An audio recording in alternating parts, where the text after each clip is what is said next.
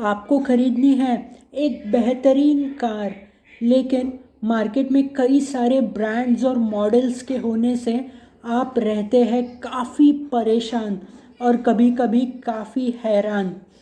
मान लेते हैं इस बात को और कर लेते हैं इसे स्वीकार। इस कार के बारे में बताने के बाद, जो भी है इसकी विशेषताएं बताने के बाद, फिर आपको मुझे बताना है क्या होता है आपका कार लेने का सपना साकार। हेलो दोस्तों, मेरा नाम है प्रसन्न। स्वागत करता हूँ फिर एक बार आपके अपने चहीते यूट्यूब चैनल पर जिसका नाम है प्रसन्ना चैनल।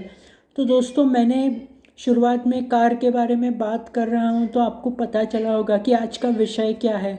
जी हाँ दोस्तों, आपको सीधा विषय पर आ जाता हूँ। निसान एक्स ट्रेल ये कार लॉन्च हो चुकी है इंडिया की मार्केट्स में। तो आज हम इस विषय पर डिटेल में बात करने वाले हैं कि ये कार कैसी है, इसकी विशेषताएं क्या हैं, और ये कार को मतलब हम डिटेल में डिस्कस करने वाले हैं। मैं आपको इसके फ़ायदे बताऊंगा और वीडियो के एंड में मैं अपना एक ओपिनियन भी आपको दूंगा। फिर आप नीचे कमेंट बॉक्स में मुझे बता सकते हैं आपको क्या लगता है इस पर। तो दोस्तों, बिना वक्त गवाए बढ़ते हैं वीडियो की तरफ। और अगर चैनल में नए आए हैं तो चैनल को लाइक, शेयर और सब्सक्राइब ज़रूर करना।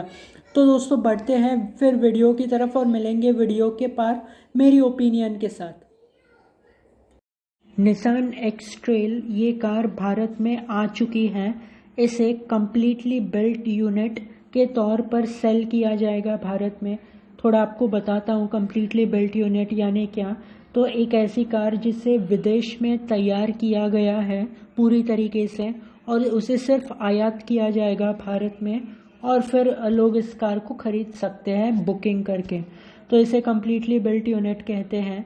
और ये अपनी सारी विशेषताओं के साथ जो एक्स शोरूम प्राइस है वो है 39.92 लाख, यानी करीब करीब 50 लाख के आसपास। और जो ऑन रोड प्राइस होती है वो तो थोड़ी आगे होती है, क्योंकि उसमें सारे जो टैक्सेस होते हैं वो जुड़ जाते हैं। तो ये 3 रंगों में है ये कार, जैसे कि पर्ल वाइट, शैम्पेन सिल्वर और डायमंड ब्लैक। तो ये 3 रंग है। इसकी अगर हम क्षमता की बात करें यानी पावर 163 PS है। इसकी टॉर्क 300 Nm की बताई जा रही है और 1.5 लीटर के 3 सिलेंडर है इसमें, जो टर्बो पेट्रोल इंजन माना जा रहा है इसका। और इसका जो ट्रांसमिशन है वो तो CVT बताया जा रहा है, और इस कार में पैडल शिफ्टर्स हैं।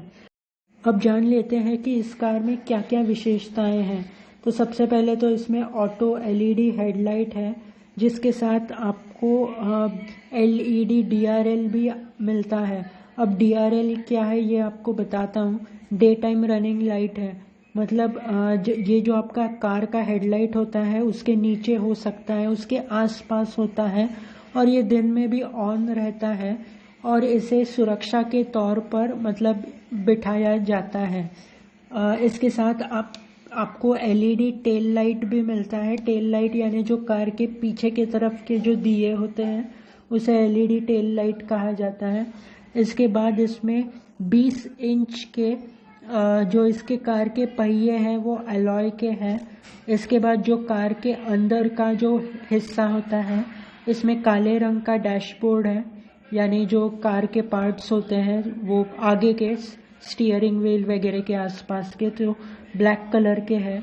इसके अलावा ये जो सीट्स हैं इसके, ये फैब्रिक के हैं और काले रंग के हैं। इसके अलावा कार को सनरूफ है, तो सनरूफ से आप अगर मतलब उस सन आपको अगर चाहिए, कहीं पर आप घूमने जा रहे हो और अगर आपको लगता है कि सनरूफ मुझे ऑन चाहिए तो उसे आप खुला रख सकते हो, जिससे आपको सनलाइट मिलती रहे। इसके अलावा इसमें 6 तरीके से मतलब समायोजित कर सकते हैं ऐसा ड्राइवर्स का सीट है। मतलब इसे आप आगे कर सकते हैं, पीछे कर सकते हैं, ऊपर नीचे दाएं बाएं, तो 6 तरीके से आप इसे इस्तेमाल कर सकते हो। ऐसा बैठने का सीट है। इसके बाद इसमें वायरलेस फ़ोन चार्जर है, 8 इंच का टच स्क्रीन है। फिर इसमें वायरलेस एंड्रॉयड ऑटो है और एप्पल कारप्ले है। इसके अलावा 6 स्पीकर साउंड सिस्टम है और आगे और पीछे पार्किंग सेंसर है। 360 डिग्री का कैमरा है इसमें और इसमें टायर प्रेशर मॉनिटरिंग सिस्टम है। तो ये कुछ फ़ायदे हैं इस कार के। इसके अलावा और जो कुछ इम्पॉर्टेंट फ़ायदे होते हैं इसे मैं आपको विस्तार से बता रहा हूँ।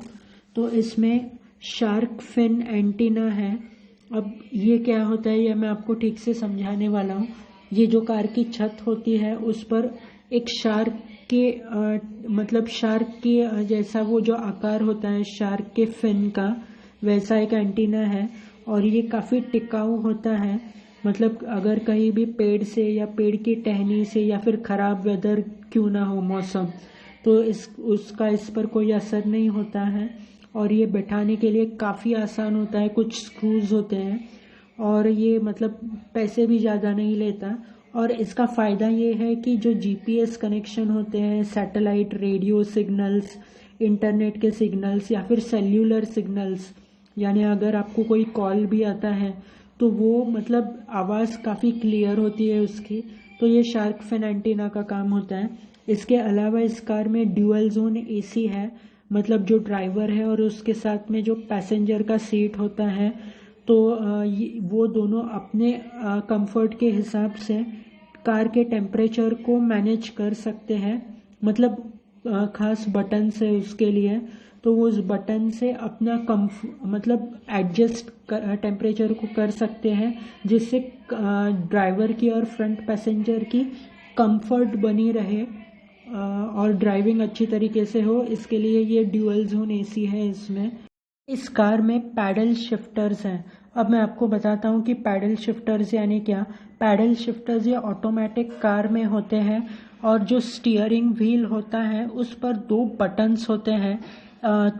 इसका फ़ायदा यही है कि आपका ध्यान गियर शिफ्ट की तरफ ना जाए, यानी जो गियर बॉक्स होता है उसकी तरफ, और स्टीयरिंग व्हील पर आपका पूरा कंट्रोल रहे। और एक तरफ से मतलब जहाँ उस पर प्लस साइन लिखा होता है जिससे आप गियर का बढ़ा सकते हो, यानी आगे बढ़ा सकते हो गियर को, और दूसरी तरफ से जो एक दूसरी तरफ होता है उससे आप गियर को कम कर सकते हैं। तो उस पैडल शिफ्टर का ये फ़ायदा होता है और ये स्टीयरिंग व्हील पर होते हैं। इसके अलावा इसमें मल्टी ड्राइव मोड्स हैं जैसे कि स्पोर्ट, इको, सिटी। अब सिटी यानी नॉर्मल होगा, ये आप समझ सकते हैं। इको यानी अगर आप एक कार को बहुत अच्छी तरीके से चला रहे हैं तो इससे ईंधन की बचत होती है, यानी फ्यूल एफिशिएंसी को टारगेट होता है मोस्टली इको का। और जो स्पोर्ट होता है तो स्पोर्ट यानी ऐसा नहीं कि आपकी कार की स्पीड बढ़ जाए, तो ये नहीं होता। स्पोर्ट यानी जो आपकी कार होती है जब भी आप इस मोड पे जाते हैं तो एक कार ये थोड़ी सी भारी आपको लगने लगती है और जो कार के पहिए होते हैं इन्हें ज़रा सा भारीपन आ जाता है जिससे कार का एक्सेलरेशन बढ़ जाता है। और मतलब कई मॉडल्स में ऐसा भी होता है कि आपको एक ज़ोर से इंजन की आवाज़ आ जाए, तो ये स्पोर्ट मोड होता है। अब बाकी विशेषताएं जान लेते हैं इस गाड़ी की क्या है। तो इसकी बैठने की क्षमता 7 लोगों की है, तो 7 लोग आराम से बैठ सकते हैं। जो इसका फ्यूल टैंक है पेट्रोल का, तो इसकी क्षमता 55 लीटर की है। इसका ग्राउंड क्लियरेंस 210 mm का है। ये मैं आपको बता देता हूँ ग्राउंड क्लियरेंस क्या होता है। तो जो कार की जो सबसे नीचे की जो सतह होती है, यानी जो नीचे का हिस्सा, उससे लेकर जो ग्राउंड यानी जो रोड है, वो जो कार के नीचे की सतह से लेकर जो ग्राउंड तक का जो फासला है या फिर अंतर है उसे ग्राउंड क्लियरेंस कहते हैं। तो ये 210 mm है। इसके अलावा इस कार की सबसे ज़्यादा स्पीड जो टॉप स्पीड है वो है 200 किलोमीटर्स प्रति घंटा और 0 से लेकर 100 किलोमीटर्स प्रति घंटा ये लगभग 9.6 सेकेंड्स में जाती है। इसकी लंबाई यानी लेंथ 4680 मीटर की है। इसकी विड्थ यानी रुंदी 1840 mm की है और जो इसका व्हील बेस है ये 2705 mm का है। तो दोस्तों मैंने आपको कार की सारी विशेषताएं बता दी, लेकिन मान लो किसी के पास पहले से ही कार है और वो और बेहतर अच्छी कार लेना चाहता है तो वो ये ज़रूर कहेंगे कि ये जो निसान एक्सट्रेल कार है इसमें वेंटिलेटेड फ्रंट सीट्स नहीं है। अब वेंटिलेटेड फ्रंट सीट्स यानी क्या, मैं आपको थोड़ा सा समझाता हूँ।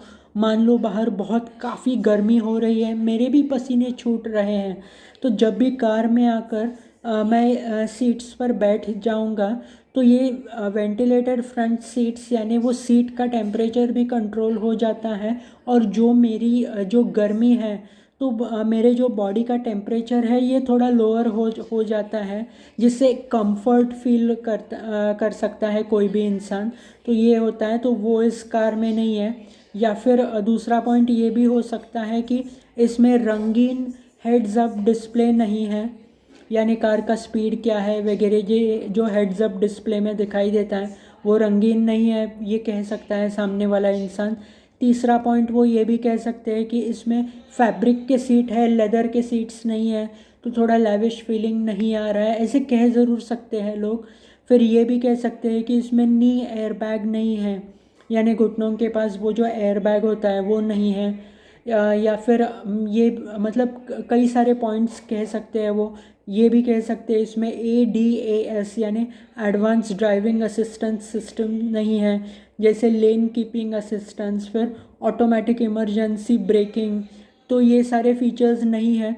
बट दोस्तों फिर भी अगर मेरी पर्सनल ओपिनियन आप देखें तो मैं ये ज़रूर कहूँगा कि ये निसान का ब्रांड है, यानी ब्रांड नेम काफ़ी अच्छा है।